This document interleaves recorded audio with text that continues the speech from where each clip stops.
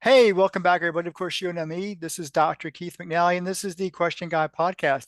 I am here with Lisa Marie, and Zoom once again has forgotten people's last names. So, when given the opportunity, Lisa Marie will give her her last name, give us her last name. But she has one of those heart-wrenching stories that I love to get into because this is a real transformation story because she hit rock bottom, and probably she hit rock bottom a couple of times, and it's difficult when you work 60, 70, 80 hours a week, whatever that takes to kind of just pay the rent and put food on the table and still have to juggle monies. Lisa Marie, tell us your story, please.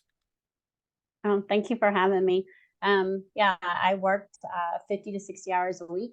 Was I'm a mom of two girls, and I worked in corporate for, I don't know, close to 20 years. And the struggle was real. It was, I don't know, to me, it was called the never ending merry-go-round of chaos because I was constantly working, trying to make ends meet, barely making it, but not qualifying at the time for assistance because I made just too much money over the threshold. So, Even there with were, two kids? Really? Mhm. Wow. Yeah, yeah, yeah, that our system sucks. Um, another story, another day, but our system sucks. But yeah, I there was some months I would have to figure out which bill I was going to pay and which one I wasn't going to pay. I was constantly behind on something. It never failed. Um, and if, Lord and behold, something broke down, which of course we all know that at some point in time everything does, that would literally throw a whole, um, I don't know, A wrench in proverbial everything. wrench. Yeah, yeah, Yeah, absolutely. yeah. And it just, I was constantly stressed. I constantly had migraines and tension headaches. And I never, literally did my stuff week by week, barely making it. So let's put everything into context here. You live in America, Mm-hmm. right? You Yeah. have two young daughters. And Well, they're now 20 and 12. My two girls are 8 years and 8 days apart. okay. Both are special needs. My oldest is autistic. Um, so that wasn't known when they were little, of course. But yeah, so when I was working corporate, I joke, I started working corporate with one child and I ended with two. um, but yeah. So paying bills on a regular basis was just a struggle, and Mhm. you're doing this on your own. What happened to implode everything? Because there had to been come a point where things just completely bottomed out. Can you talk about that? Hmm. Um, yeah, I was miserable for a while. Like, I don't know. I, at one point in time, I loved my job. I loved what I did. But I think after a while, there's a meme somewhere that says when people start feeling unappreciated, they leave mentally, inwardly before they actually leave. And I Right. think that's true. I mentally had left my job, before the bottom fell out. But the bottom fell out in September of 2016. Um, I had made it through, I don't know, maybe 9 layoffs before then, but this one I didn't. So I was let go in September of 2016. So this is Um, before COVID even. So this is even before the global catastrophe. yeah, yeah. Wow. Um, so I wasn't sure what I was going to do, but at the same time, I don't know, inwardly, I just felt, I don't know, peace somehow. But I was scared. I was nervous. I was like, okay, now what am I going to do? Because I was already barely making it, right? Right. I'd always wanted to own my own business. Um, at the time, I did not know that my daughter was struggling with a mental health disorder and that she was autistic.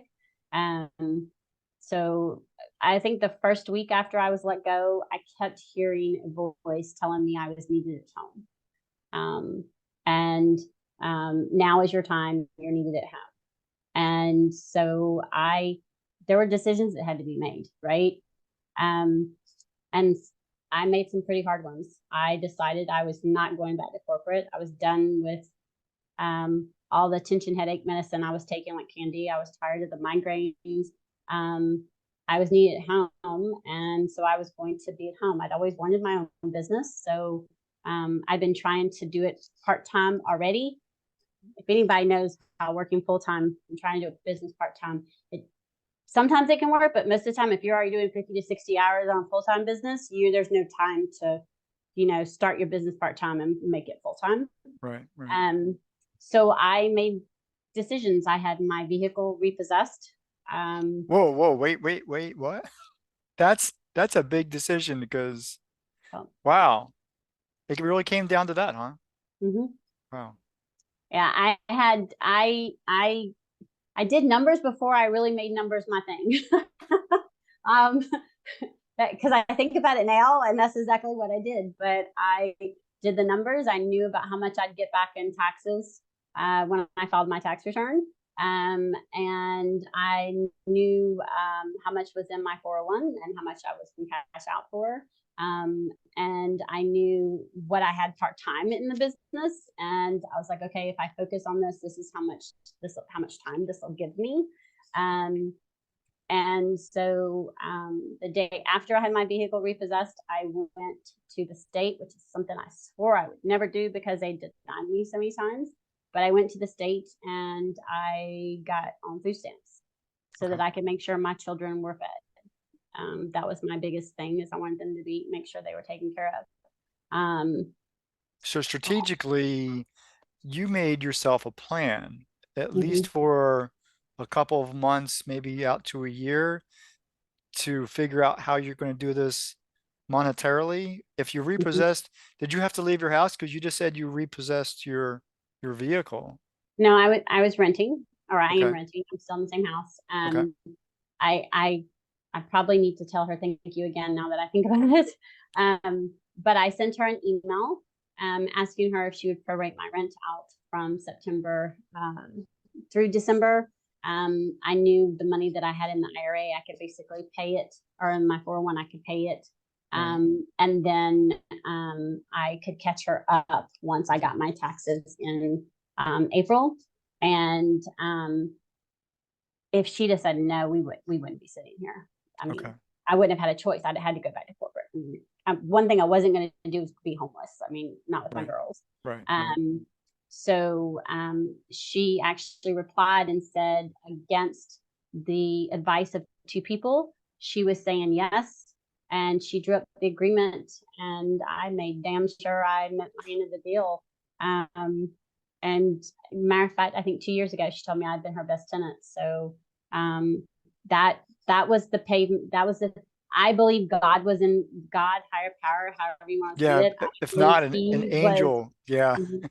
I somebody. believe there was someone higher up in charge at that point, because I still, this is during those 2 weeks where I'm hearing, this is your time, you're needed at home. Um, and, I still wasn't sure how I was going to do it, but I made the steps to say, okay, this buys me time. This, gives me 6 months. This is either a do or die situation. I either do this or I am going back to corporate. And I didn't want to go back to corporate. Right. And 6 months later, I found out why I was needed at home. My daughter had done a call out for help. And if I had been working corporate, I would not have Right. seen it. Right. And not, I don't believe in time. So, but that's when we realized there was mental health disorder. We realized she's also autistic. And so in the process of building a business, brand new business, I was also now fighting with schools and, all the stuff that goes with that. So no car. Mm-mm. Well, I had a car. It wasn't Oh, much of a car, but I had one. okay. You had a means of transportation. Mhm. You had a guardian angel over your shoulder. You had some monies to work with, but not a whole lot. I'm Mhm. kind of summarizing this. Now the school is either working with you or against you, but raises Depending on what another. day it was. Okay, yeah, I bet you that's the truth. And then 16, 17, 18, 19. So for 4 years, because I don't even want to get to COVID yet, because COVID's going to be another hurdle. So Mhm. you did something in 4 years, like from 16 to 19 to 20. From from September of 2016, in 3 years, I went from food stamps to six figures. Cool. How did you do that? Without giving away the secret sauce, what was the strategic method? I changed my money story and Oh, which changed my money mindset, which changed my money management. I changed my relationship with money, which is so now what I do help with my clients. well, I'm going to bring you back for Coach's Corner. So let's talk about what do you mean you changed your money story? That's a really interesting phrase to use. I like it. Well, let's kind of start back. Okay. In 2000, from 2016, I ended up hiring a coach before I had the money to pay her. She agreed to let me make monthly payments instead of paying in full. And it had a retreat at the end of 2017 in Canada. I didn't know how, but I was going to make it work. And she helped me. I mean, she helped me grow so fast.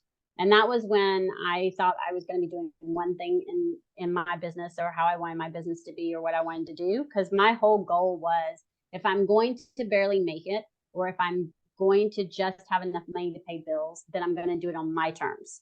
Okay. I'm going to do it without having to ask permission. I'm going to do it without working 50 hours. That was the sole goal of me having my business. And I grew fast. But then at the end of 2017, right before I was going to Canada, all of a sudden I started noticing clients had dwindled. People were going to find someplace cheaper. It was changing. And I started going into panic mode because I was like, oh shit, I'm going to end up right back where, it's here. I'm still struggling. Why am I still struggling? Right. Um, and I saw a mindset coach online, and there was another book that someone mentioned, and I read that book and I was like, I like this. I like this concept. I like being able to allocate money where I want it to go specifically. Kind of like basically going down to $0, similar to that, but not really. And I read there was a mindset coach online, and she said something and it just stuck with me. She says, you can't change the way you look at something if you don't change the way you think of it. And she said, and that goes for money too. She says, you all want to change how much money you have, but you won't change the way you talk about money or think about money. Hmm. And so So what did you have to kind of, change about talking about it? What did that mean for well, you? For you? anytime I paid bills, I was stressed. I hated money. I despised it. I thought only the people that were born into money were the ones who got rich, and they were the ones who were only going to be able to get the things. I had to change the way I looked at the concept of money. And one of the things I did is I changed, my money story is, I was told if I wasn't born into money or married into money, I was never going to have money. And so it got to the point to where I started believing that. And then, with me growing up, I was told that, oh, you're a woman. Even if you have a business, you're not going to make any money. That's men make the money. It's society that teaches us that, or our surroundings, right? And so eventually we start believing it. And I did. I believed those stories. And then I started telling my own stories. I get rid of the money as fast as I get it. I'm horrible at paying bills. Never have enough money.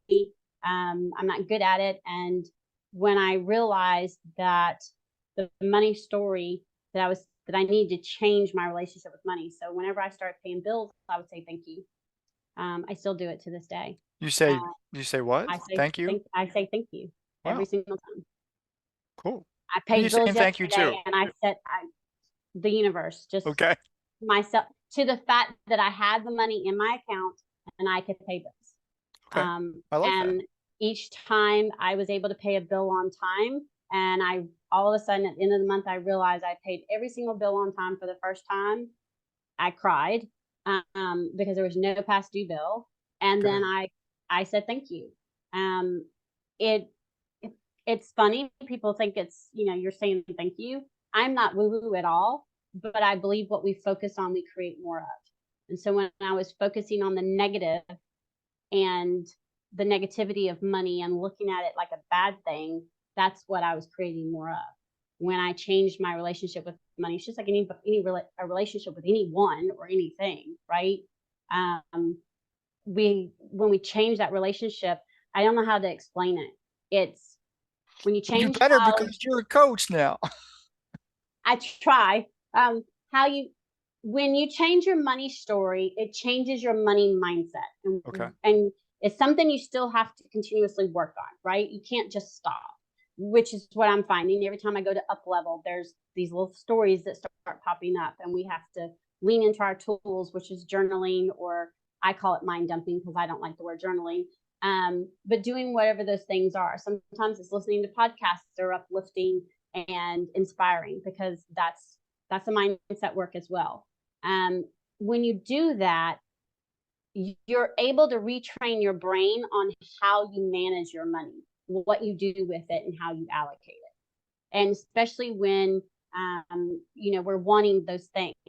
We're also often taught that we we either spend our money and live now, or we save it for later. You can't have both. I've proven time and time again that's not true. We can live now and save for later. I do it. And once I realized that if I decided where I wanted my money to go, I had these virtual buckets or savings accounts, and I started allocating the money, I became in control of where I wanted my money to go. I was able to do more and more things and have money to pay bills and do things now. And it's just continuously changed. My relationship with money is like I don't know, complete 180 from where it was. Which is Um, fantastic, because you said you changed your story, you changed your reality, which is exactly what you mhm, wanted to do. mhm, So you said that in 3 years you went from food stamps to six figures. mhm. Um, but then COVID hits. And so is COVID a big deal for you? Was it a big deal, or was it just like a, a road bump that, oh, now that I've got this, I can get through this too? Um, it was a huge deal, honestly, Okay. because my clients are online entrepreneurs and therapists and psychologists, so most of them, you know, lost. They had to convert, and then some of them who were struggling already had to start cutting things back. So at first, during the first part of COVID, I lost a few clients. So it became really scary. Um, I'm lucky that I was one of the ones that did qualify for PPP, but it was a very small amount because it was just me. Mhm. But I mean, I took, I at that time I learned the best way to manage my money to make it work for me instead of it disappearing. So any little bit I got, I was able to utilize to help me. So I never really hit bottom during 2020. The last part of 2020, the business starts skyrocketing. Um, 2021 is where we hit, like, right after 2020, it kind of went down again. And that was because of people who were paying. Some people who were using our services weren't utilizing their money the best way they could. And so they were running out, or they decided, okay, I don't want to do this anymore. This isn't working. COVID put some people out of business. So there Yeah. was Yeah. clients lost there. But so I got scared in the beginning of 2020, and I got really scared right towards, or actually, I'm sorry, the end of 2021. Because 2021 was my worst quarter since I've been in business.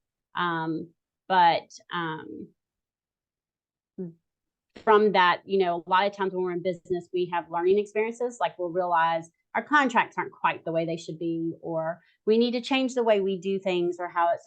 So some of those things were changed to make it better. Because I'm smart with the numbers, but I didn't make sure my contract said 30-day notice Right. at first, and didn't realize it until it came up. Because you don't think about those things. And as soon as we realized when it started happening, that's when of course, made sure that was put into place. But COVID was, I want to say traumatic in some way. It was for my daughters, but it was hard and more of a bump, because I was now having to figure out how I was doing client work and having my calls. And now I have two girls who are supposed to be online doing schoolwork, not making sure they're not getting overwhelmed because they're both special needs, and making sure they're getting the the assistance that they're supposed to be getting. One's in was in elementary, the other one was in high school, and that was hard. That was very, very stressful. The anxiety that was felt, and the anxiety I had, that I think that was part of the struggle with, because it's hard to focus on growing your business when you're having all of these other things going on. And I wasn't the only one that was having that issue. So honestly, the first part of 2020 was surviving. Yeah. Making sure the business stayed kind of even keeled, and trying to figure out how, that was going to work with the girls being home. And then I decided to rebrand in the middle of 2020.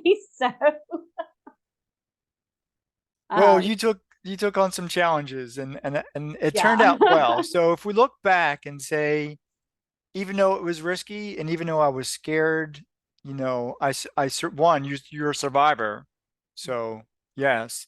And two, you put the lessons to the test and you learn from them. And so Mhm, all of those things that you needed to learn, plus the guardian angel or one or more that's hovering around you, mhm, is helping you along the way. So we have to be appreciative, and your thank yous and your gratitude mhm, is most appropriate. mhm, So with the time that we've got left, because you talked a lot, I know there are people listening, especially women out there who want to step into the entrepreneur, solopreneur, mompreneur, whatever you want to talk about, whatever that phrase is. Give them, please, hope, inspiration, direction in about a minute. What can you give us? My biggest thing is look at the way you look at your money, change the relationship with your money, and then follow your gut. I followed my gut. I didn't Wow. listen to the naysayers. Um, yeah, they're going to keep talking. They're still going to keep talking. But I honestly love to prove people wrong. Cool. And when someone tells me I can't do something, I'm going to make Prove them sure I wrong. do it. Yep. And that, I think the biggest thing is sitting down and looking at your numbers, what you want, and just start having a relationship with your money, because with a business you're going to be in charge of it. Lisa Marie, I think that's perfect. That's a perfect summary of our conversation today. Thank you so much for this conversation. For those who are watching and listening, this has been another edition of the Question Guy podcast. And yes, if she's so willing, she's coming back for Coach's Corner. So we're going to talk about what she actually does as a coach. Until then, I will do that. we'll see you next time. Take care. Thank you.